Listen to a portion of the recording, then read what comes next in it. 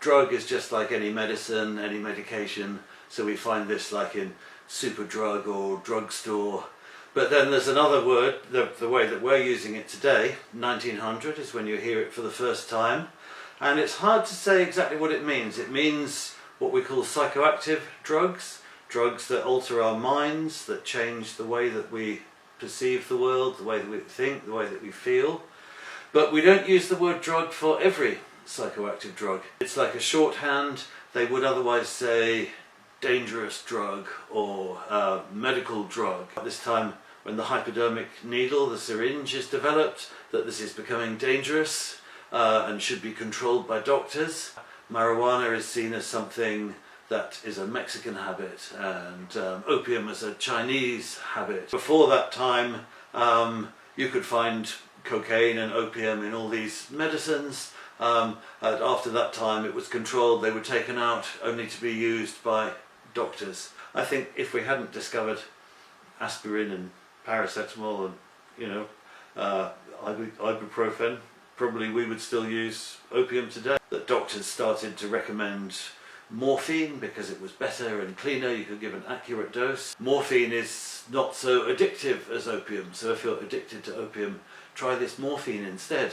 And then heroin was made, 10 times stronger than morphine, and people said, oh, if you're addicted to morphine, take heroin, because people thought this is going to be cleaner and more medical, this is going to be easier to manage. Like with many things on the war on drugs, the thing that tries to make things better makes it worse, and then people make it worse and worse and worse. They believe it should stay prohibited. They believe that only medical doctors should be allowed to use it, and they're very, very concerned in their messaging to say that this is separate from what they call recreational drugs. Oh no, don't think of this like ecstasy in clubs. No, no, this is very different because we are medical professionals.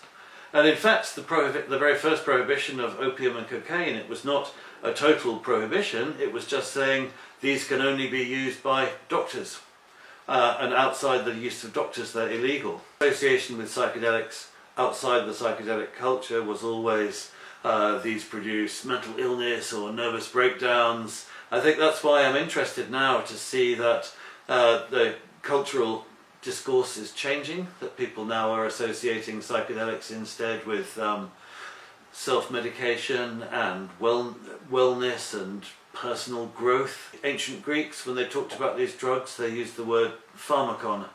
And pharmakon, it means a drug, but it also means a technique, a way of doing something. There's a very clear line.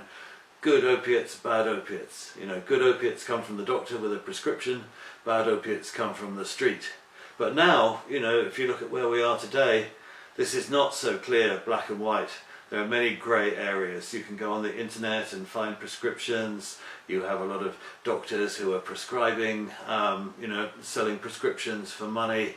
So we're starting to see that this clear line of the war on drugs, the good drugs and the bad drugs, is getting more and more grey. Narco cartels, and with organised crime, which has become so enormous, and then it's a difficult question for the governments. Do we try and destroy this market for organised crime? And you can't do it, because if there's a demand, somebody will keep making the supply, or do we then legalise it and regulate it to make the business legal and tax paying? Or maybe do we just talk to organised crime and we come to an arrangement with them? Drugs is one of the ways that they can make a lot of money. So those, like the Wa army in Burma, who started, made like an enclave for supplying opiates. Now they supply amphetamines there. So drugs become a weapon in these kinds of wars just because they buy arms. They're the way to produce money. War on drugs, the thing that tries to make things better makes it worse, and then people make it worse and worse and worse.